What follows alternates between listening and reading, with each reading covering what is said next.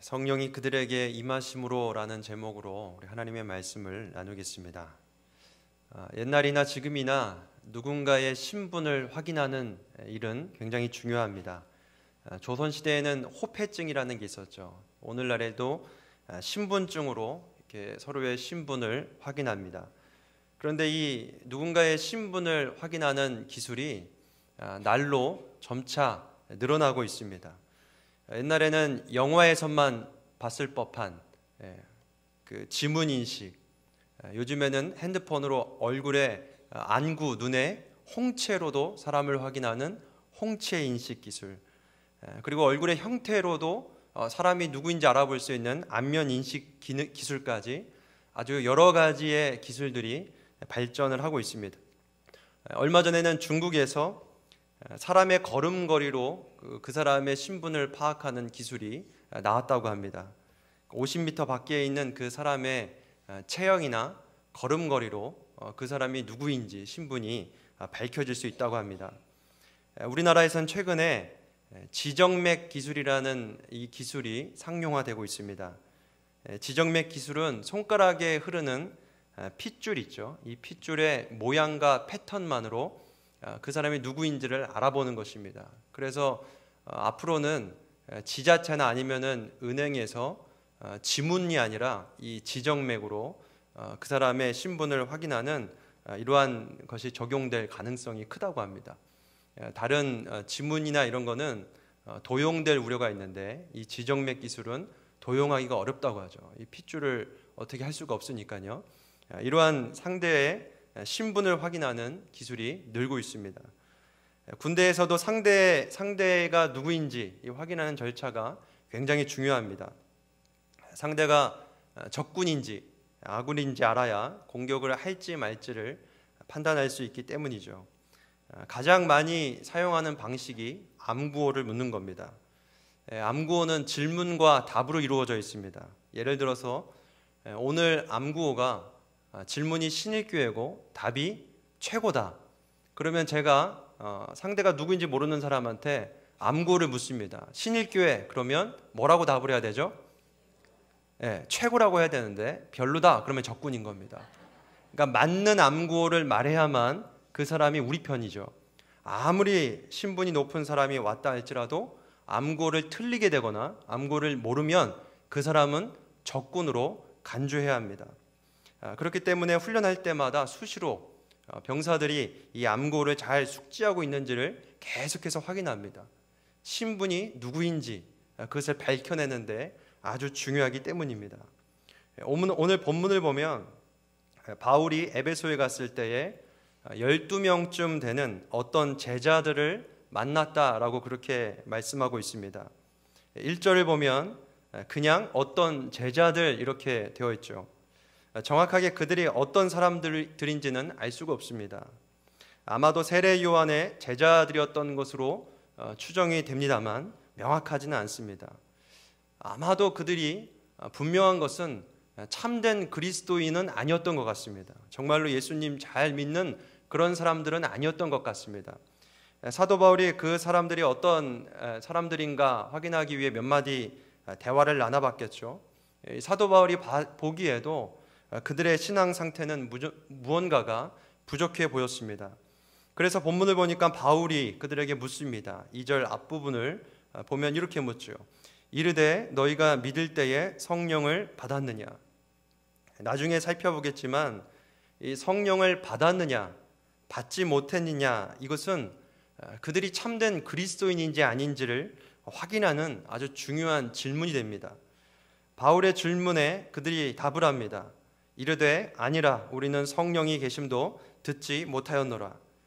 성령이 계심도 듣지 못하였다. 그것은 그들이 복음에 대해서 명확하게 이해하지 못했다, 그 말이고요. 그리고 그들이 아직 참된 그리스도인이 되지 못했다라는 것을 뜻합니다. 왜 이런 사람들이 있을까 알기 위해서는 본문의 배경을 잠시 살펴볼 필요가 있습니다. 지금 본문에 이 사도 바울이 활동하고 있는 이때는 이 바울의 3차 선교 여행의 초기에 해당이 됩니다. 대략 AD 53년경으로 우리가 추정할 수 있습니다. AD 53년경은 예수님께서 죽으시고 부활 승천하신 지 대략 몇 년 정도 흘렀을 때일까요? 한 20년 정도 흘렀겠죠. 아시아와 유럽권에 본격적으로 복음이 전해진 지 그렇게 오래되지 않았을 때입니다. 그렇기 때문에 복음에 대해서 정확하게 그리고 충분히 이해한 사람들이 많지가 않았습니다. 특별히 이 유대 땅을 벗어나면 벗어날수록 그렇게 잘 알고 있는 사람이 많지 않았죠. 본문에 등장하는 제자들, 나중에 보면 아시겠지만 이 제자들은 세례 요한의 세례만 알고 있는 사람들이었습니다. 그래서 이 세례 요한의 메시지는 알고 이해했지만 그 이후에 어떤 일이 있었는지 모르는 사람들이 많이 있었습니다. 예수님이 위대한 분이라는 사실은 알지만 구세주로 알고 있는 사람도 많지 않았습니다. 예수님의 부활 사건 이후에 예수님이 승천하시면서 무슨 말씀을 하셨는지, 그리고 오순절 성령 강림 사건에 대해서 아직 들어보지 못한 사람도 많이 있었습니다. 이렇게 이 복음에 대해서 그리고 성경의 진리에 대해서 좀 불충분한 지식을 갖고 있는 일명 결핍된 그리스도인 또는 아직 구원의 단계에 이르지 못한 사람들이 많이 있었다는 것이죠. 그 예 중에 하나가 본문 앞에 등장하는 아볼로의 경우입니다. 18장 24절에 보면은 아볼로라는 인물이 등장을 합니다. 여기 말씀해 보니까 아볼로는 언변이 좋고 성경에 능통한 자였다라고 말합니다. 거기다가 25절에 그는 일찍이 주의 도를 배워 열심히 예수에 가는 것을 자세히 말하며 가르쳤다라고 말합니다. 많은 것을 알고 있는 것처럼 보였지만 그러나 브리스길라와 아굴라가 이 아볼로의 말을 들었을 때에 그들의 눈에는 무언가 부족해 보였습니다. 그래서 이 브리스길라와 아굴라가 아볼로를 따로 불러서 조용히 하나님의 도를 더 정확하게 풀어서 일러줬다라고 말을 합니다. 이 아볼로가 하나님의 도에서 충분히 알았다는 얘기입니까? 아니면 알지 못하고 있었다는 얘기입니까? 알지 못하고 있었다는 것이죠. 이렇게 이 시대에는 무언가 알고는 있지만 좀 불충분하게 알고 있는 무언가 부족하고 결핍된 그리스도인들, 아니면 아직 그리스도인, 참된 그리스도인 되지 못한 사람들이 많이 있었다는 것입니다. 그래서 바울을 포함한 제자들이 이 이방 나라로 갔을 때에 꼭 처음 예수님을 믿는 사람뿐만 아니라 이렇게 복음에 대해서 아직 명확하게 알지 못하는 결핍된 그리스도인들을 대상으로 사역하는 것도 굉장히 중요한 일이었습니다. 여러분, 그렇다면 오늘날은 어떻습니까? 이렇게 부족한 그리스도인들, 결핍된 그리스도인들이 우리 주변에는 있습니까? 없습니까? 있습니까? 우리의 눈으로 볼 때 감사합니다. 겉보기에는 교회를 잘 다니는 사람처럼 보입니다. 열심히 있습니다. 그리고 교회에 대해서 잡다한 지식을 갖고 있는 사람들이 우리 주변에 굉장히 많습니다.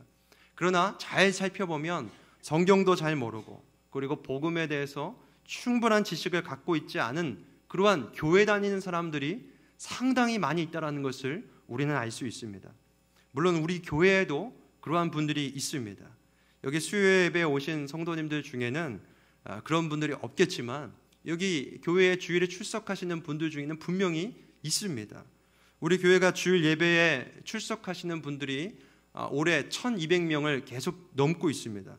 주일학교는 350명 정도 되지요. 이러한 많은 사람들이 100% 예수님을 정말 바르게 알고 있고 복음을 깊이 또 정확하게 알고 있어서 모두가 참된 그리스도인이 되었다, 그렇게 말하는 것은 상식적으로 말이 안 되는 말입니다. 제가 유년부 담당 교육자로 있을 때 한 번은 아이들이 복음을 명확하게 이해하고 있는지, 복음을 정확하게 인지하고 받아들이고 있는지를 조사한 적이 있습니다. 아이들 중에 얼마나 복음을 명확하게 이해하고 받아들이고 있었을까요? 한 몇 명 정도, 얼마 정도, 몇 퍼센트가 그렇게 받아들였을까요? 제가 그때 충격을 받았는데요, 절반이 안 됐었습니다. 그 아이들의 수 중에서 절반도 안 되는 아이들이 이제 참된 그리스도인 되었다는 겁니다. 여러분, 아이들이라서 그럴까요? 어른들은 어떨까요?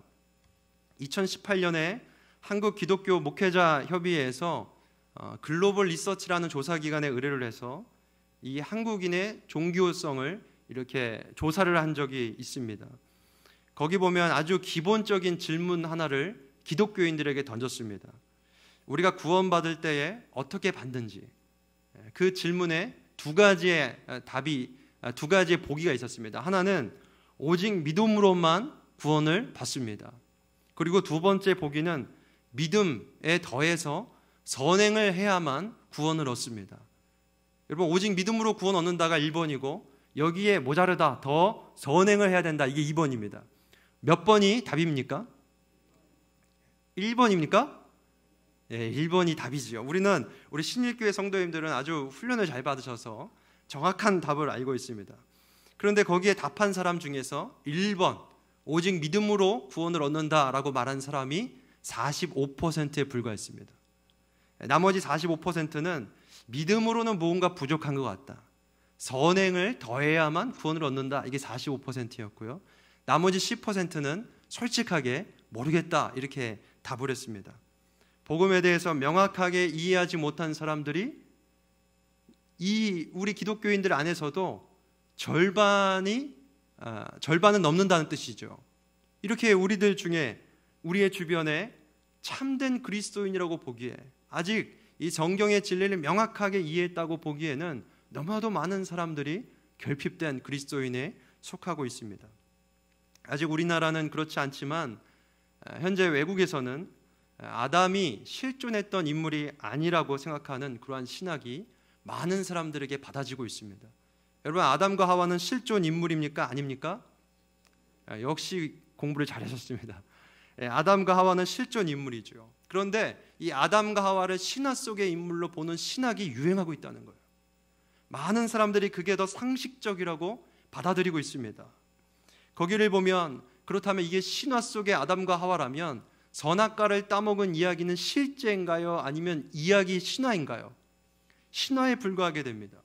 아담이 실존 인물이 아니라면 선악과 따먹은 이야기도 실제가 아닙니다. 그러면 원죄론이라는 것, 우리가 모두 죄인이라는 사실은 맞게 됩니까? 틀리게 됩니까? 틀리게 됩니다. 원죄론이 무너지게 됩니다. 여러분, 원죄론이 무너지면 우리에게 치명적인 죄가 없다는 것이죠. 그렇다면 왜 구원이 필요합니까? 구원론이 무너집니다. 예수 그리스도가 필요 없게 됩니다.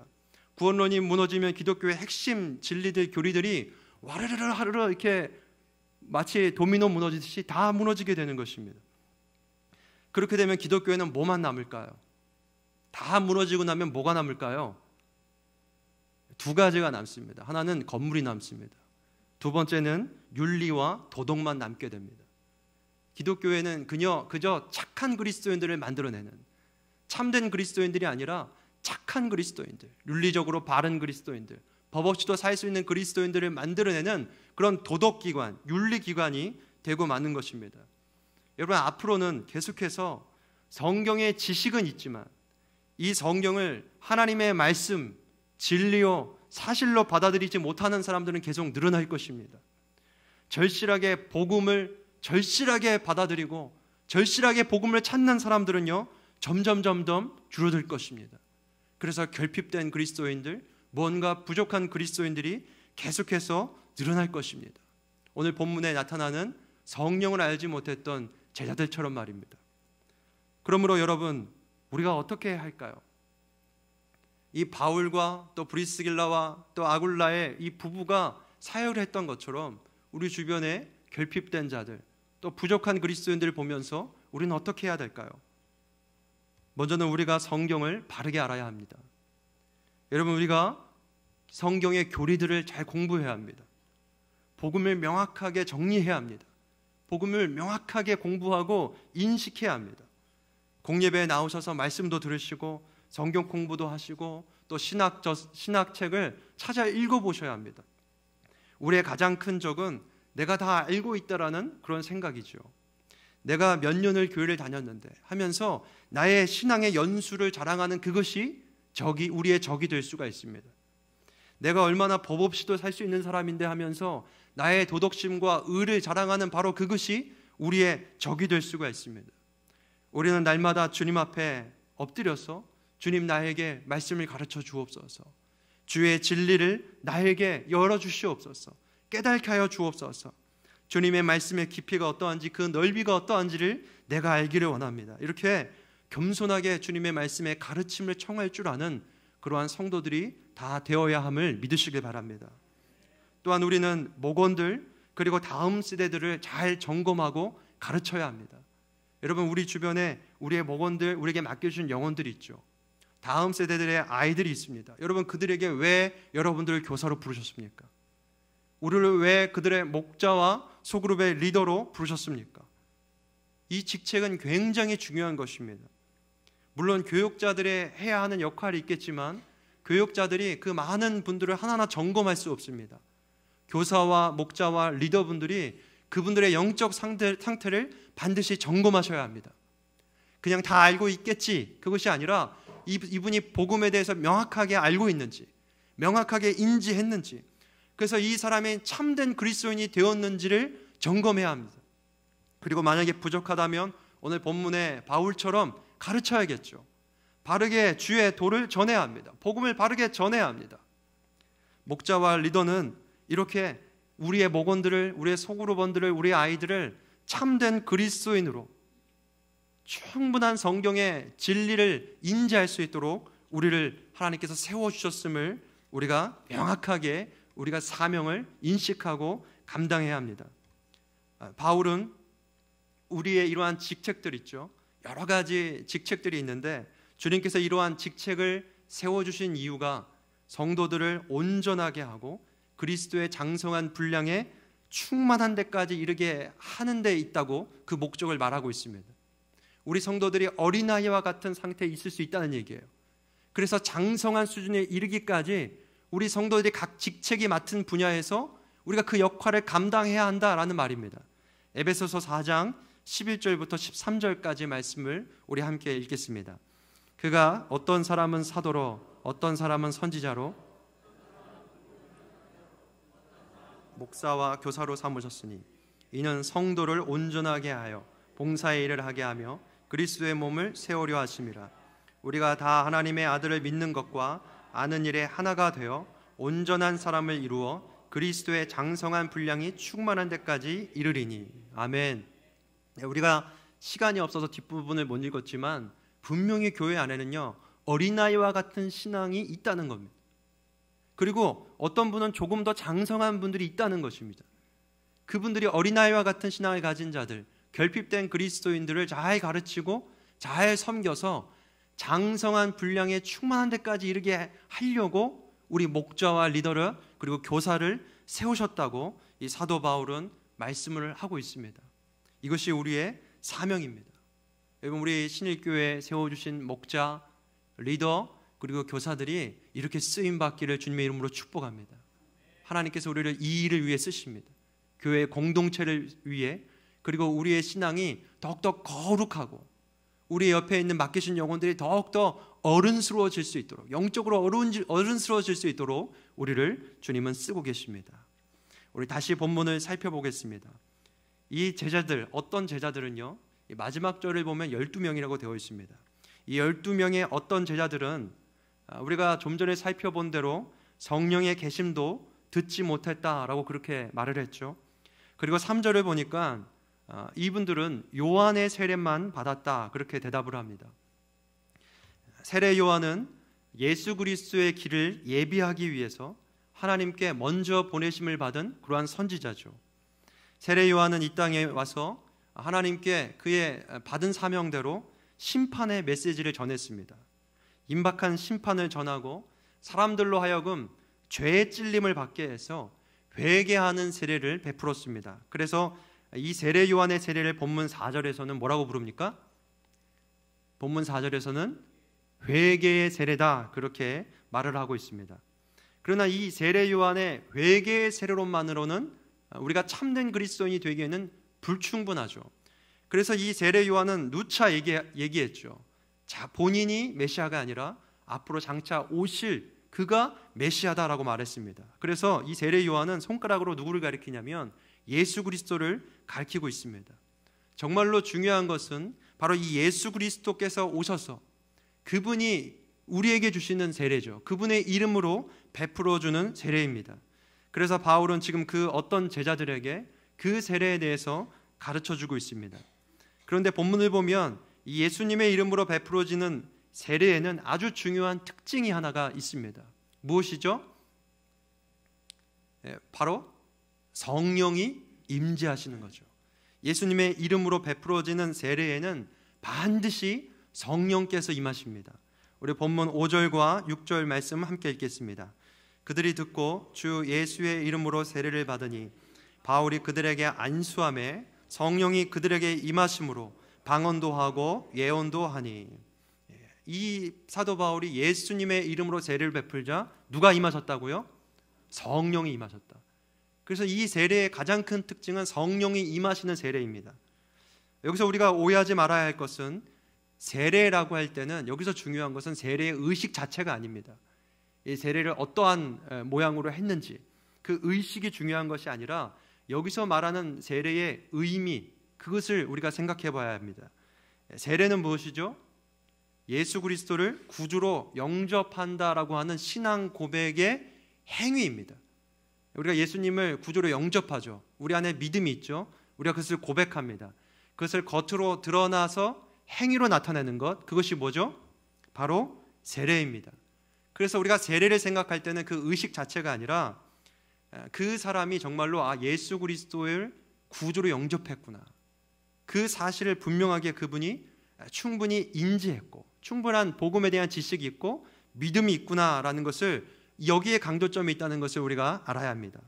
그래서 본문 속 제자들이 예수 그리스도의 이름으로 세례를 받으니 성령이 임하십니다. 그 말은 뭐죠? 이 12명의 어떤 제자들이 세례를 받았다. 그건 뭐죠? 예수 그리스도를 구주로 영접했다, 올바른 믿음을 가졌다, 그 얘기입니다. 그러자 성령께서 그들에게 임하십니다. 정리해서 말하냐면요, 참된 그리스도인은 어떤 사람이냐? 바로 예수 그리스도를 믿는 자죠. 예수 그리스도를 나의 구주로 믿는 자입니다. 그리고 참된 그리스도인은 어떤 사람들이냐? 동시에 성령의 임재함이 있는 자들, 성령이 임하신 자들입니다. 그래서 참된 그리스도인들은 누구죠? 성령이 임한 자들, 성령의 임하심을 받은 자들이 참된 그리스도인이에요. 성령이 임하신 자들은 누구냐면 예수 그리스도를 믿는 자들. 이것이 다 같은 말이다, 이 말입니다. 이해하셨죠? 그래서 누가복음과 사도행전에서는 바로 이러한 성령에 대해서, 바로 예수님을 믿는 자들에게 성령이 임하실 것이다, 이것에 대해서 아주 중요하게 신학적 주제로 나타납니다. 누가복음 3장 16절에서는 이렇게 말씀합니다. 요한이 모든 사람에게 대답하여 이르되 나는 물로 너에게 세례를 베풀거니와 나보다 능력이 많으신 이가 오시나니 나는 그의 신발끈을 풀기도 감당하지 못하겠노라. 그는 성령과 불로 너에게 세례를 베푸실 것이요. 예수님이 오셔서 하시는 역할은, 세례 요한은 그저 물로 세례를 줬습니다. 그래서 마음을 찔리게 하고 회개하게 하고 임박한 심판을 직면하게 하는 역할을 했다면, 예수님이 주시는 세례는 그것을 넘어서서 믿는 자에게 성령을 주시는 세례다라는 것을 누가는 강조해서 말씀을 하고 있습니다. 사도행전 1장을 보면 예수님께서 승천하시기 전에 제자들에게 이렇게 약속하십니다. 사도행전 1장 4절과 5절 말씀을 우리 함께 읽겠습니다. 사도와 함께 모이사 그들에게 분부하여 이르시되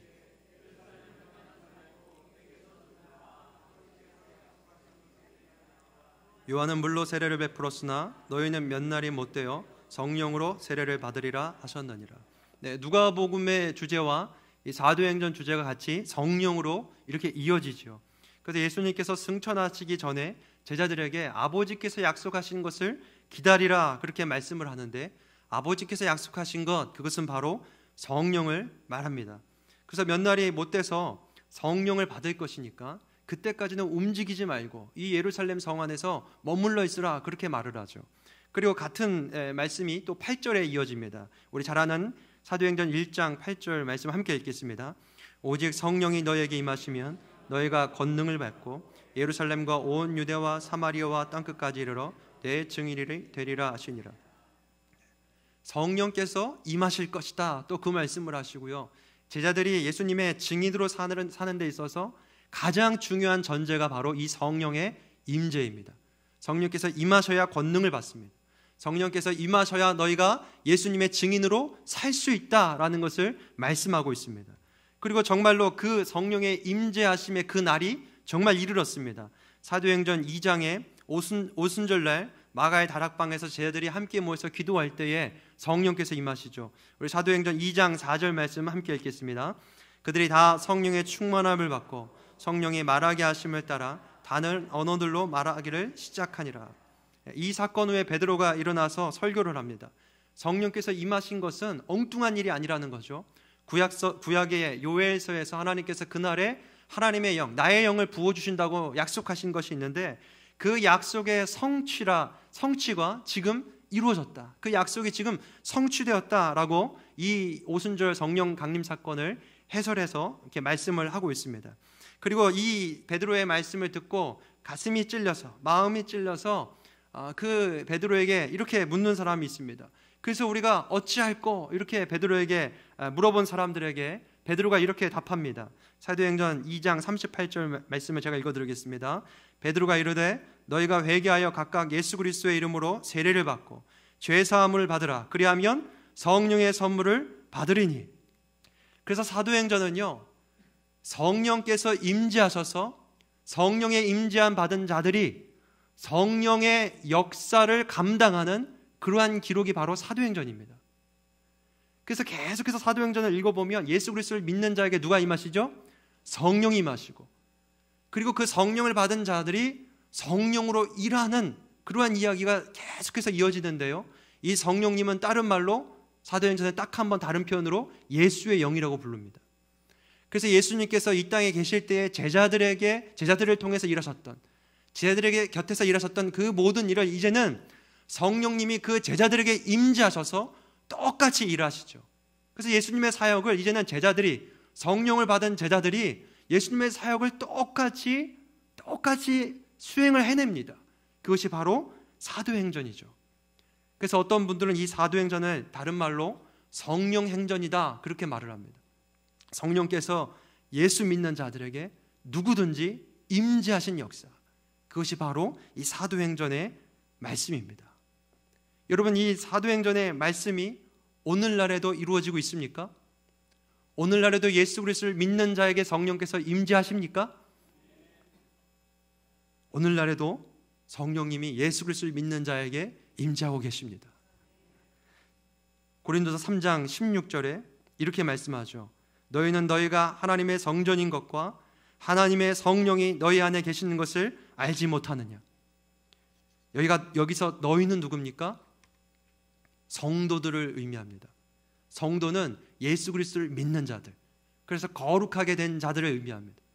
성도들에게 성령께서 성전으로 삼으시고 그들 안에 계신다라고 말을 하고 있어요.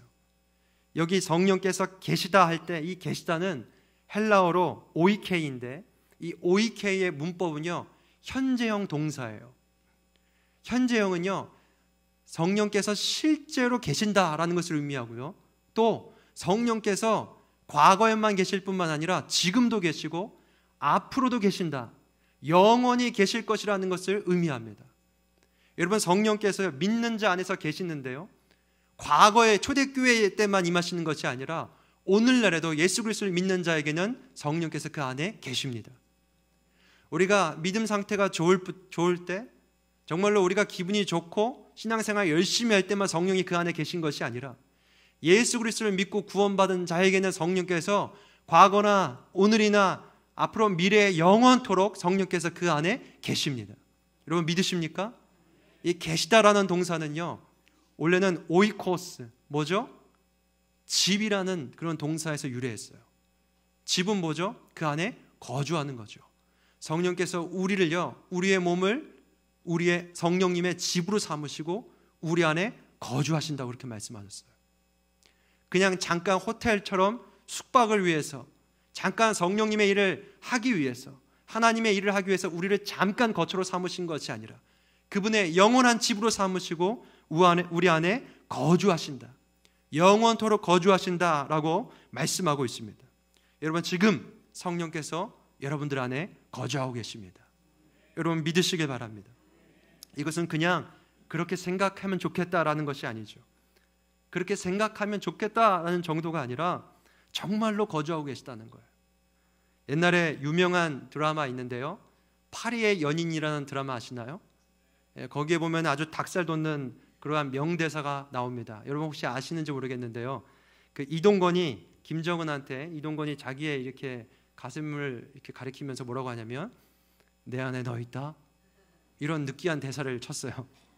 여러분 이 말은요 정말로 너 내 안에 있다라는 얘기는 아니죠. 물리적으로 김정은이라는 인물이 이 이동건 안에 있다는 얘기가 아니죠.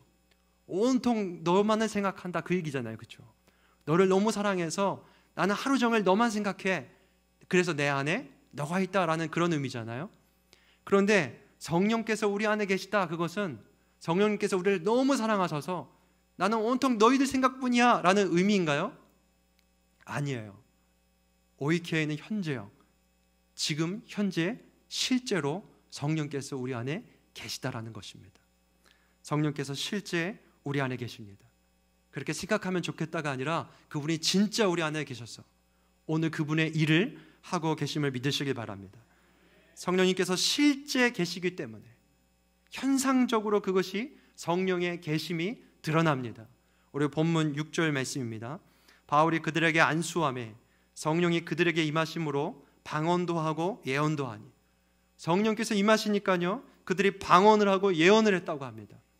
여기서 중요한 것은 그러므로 우리도 방언을 해야 한다, 예언을 해야 한다, 그런 의미가 아니죠. 이 방언과 예언은요, 이 성령의 임하심이 그냥 보이지 않게 아무도 모르게 그렇게 임재하셨다는 것이 아니라 성령의 임재하심이 드러났다라는 거예요. 주변 사람들이 인지할 수 있을 정도로 드러났다라는 겁니다. 성령님은 우리의 눈으로 보이지 않습니다. 그러나 그분의 임재는 실제이기 때문에 그분이 임하시면 반드시 그분의 임재는 드러나게 되어 있습니다. 꼭 방언을 해야 하고 예언을 해야 드러나는 것은 아니죠.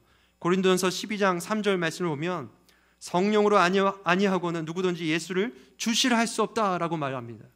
우리가 예수님을 우리의 주라고 말하는 것이 바로 성령이 우리 안에 계시다는 것의 증거입니다. 성령이 우리 안에 계시다는 것의 드러남입니다. 로마서 8장 15절을 보면 양자의 영, 성령을 받으면 우리가 하나님을 아빠 아버지라 그렇게 부를 수 있다라고 말씀합니다. 우리가 이 시간 기도할 때 하나님 아버지라고 부른다면 그것은 성령이 우리 안에 계시다는 것의 증거이고요, 보이지 않은 성령의 드러나심입니다. 여러분 믿으십니까? 특별히 사도행전에서는 아까 우리가 봤던 1장 8절을 보니까요 뭐라고 말하냐면 성령이 임하시면 권능을 받고 우리가 증인이 되는데 땅끝까지 증인이 된다고 합니다. 우리가 예수 그리스도를 증언하는 것, 복음을 증언하는 것은요 우리 안에 계신 성령님의 사역이에요. 그분이 드러나시고 계신 거예요. 우리가 증인이 된다는 것, 그것은 교회가 세워지고 있다는 것이죠. 여러분 이 초대교회부터 지금까지 이르기에 얼마나 많은 교회들이 세워졌습니까? 지금 이 순간에도 교회는 계속해서 세워지고 있어요.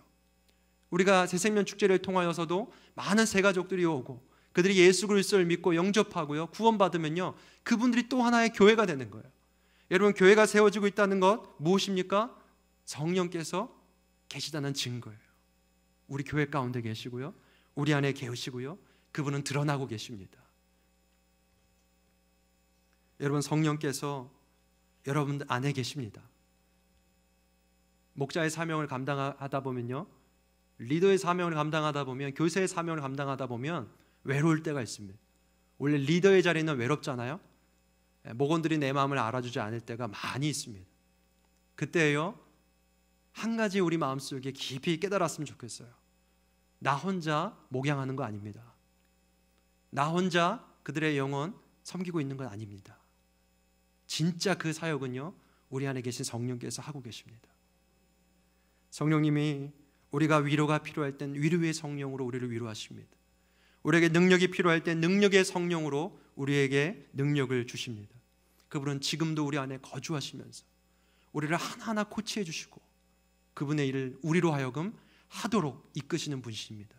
우리를 거룩하게 하시고 그리스도를 담는 장성한 분량에 이르기까지 우리를 이끄시고요, 계속해서 우리의 목원들이, 우리의 소그룹원들이 더 참된 그리스도인이 될 때까지 우리를 사용하셔서 일하시고 계십니다. 그분을 통해서 하나님은 교회를 세우시고 소그룹을 세우시고 우리의 영혼을 세우고 계심을 믿으시길 바랍니다. 잠시 후에 우리가 함께 부르겠지만 찬송가 195장의 가사를 보면요, 이렇게 고백을 합니다. 1절에 보면 성령이여 우리 찬송 부를 때 진심으로 찬양하게 하소서. 아주 간단한 가사 같지만요, 진심으로 찬양하게 하시는 분이 누구라는 겁니까? 성령님이세요. 우리의 의지가 아니에요. 우리가 잘나서가 아닙니다. 진심으로 찬양하는 것조차 우리 안에 성령이 계시다는 증거입니다. 2절 보면요, 성령이여 우리가 기도드릴 때에 우리 곁에 계셔서 일러주소서. 우리가 어떤 내용으로 기도할지도 그분께서 일러주시고 있다는 거예요. 기도하게 하시는 분도 성령님이세요. 무엇을 위해 기도하고 무엇을 위해 간구해야 할지 성령께서 우리에게 알려주고 있다는 겁니다. 3절에 성경 읽을 때에 빛을 비춰달라, 그렇게 고백하고 있지 않습니까? 말씀을 읽고 깨닫는 거요. 오늘 아침 여러분 큐티하다가 말씀을 묵상을 하다 깨달았습니까? 성령이 계시기 때문입니다. 성령이 계시지 않고서 어떻게 우리가 하나님의 말씀을 깨달아 알 수 있습니까? 성령이 계시지 않고서 어떻게 우리가 복음이 아니고서 살 수 없다라고 복음을 붙잡고 하나님 앞에 엎드릴 수 있습니까? 성령이 계시다는 증거입니다. 4절에 전도할 때 지혜로운 말씀을 일러달라고 그렇게 말합니다. 여러분, 우리가 성령 없이 어떻게 복음을 전합니까? 요한복음에 보면요, 예수님에 대해서 증언하게 하시는 분은 성령이라고 했습니다. 전도도 성령께서 하게 하십니다. 5절에 결국에는 우리가 주님을 닮게 하시는, 그것도 성령께서 하신다고 합니다. 우리 안에 온유한 마음을 주시고요, 우리가 미워하고 원수로 삼을 수밖에 없는 사랑을 사랑하게 하는 그분이 바로 성령입니다. 우리가 예수 그리스도를 닮는 것, 성령의 열매를 주시는 분, 그분이 다 성령께서 우리 안에 하시기 때문입니다. 그러면 주님의 일을 하는 사랑하는 성도들, 성도님들, 우리가 혼자 하고 있는 것이 아니죠. 사실은요, 그분이 다 하고 계신 겁니다. 오늘 이 밤에 우리가 그분께 다 맡기고요, 성령님 우리를 도와주십시오. 우리에게 필요한 것을 채워주십시오. 먼저 우리가 참된 그리스도인으로 살아갈 수 있도록 도와주십시오. 내가 맡은 영혼들, 내가 맡은 아이들이 참된 그리스도인으로 변화될 수 있도록 주님 나를 사용하여 주옵소서. 이렇게 간절히 구하는 그러한 밤 되시기를 주님의 이름으로 축복합니다.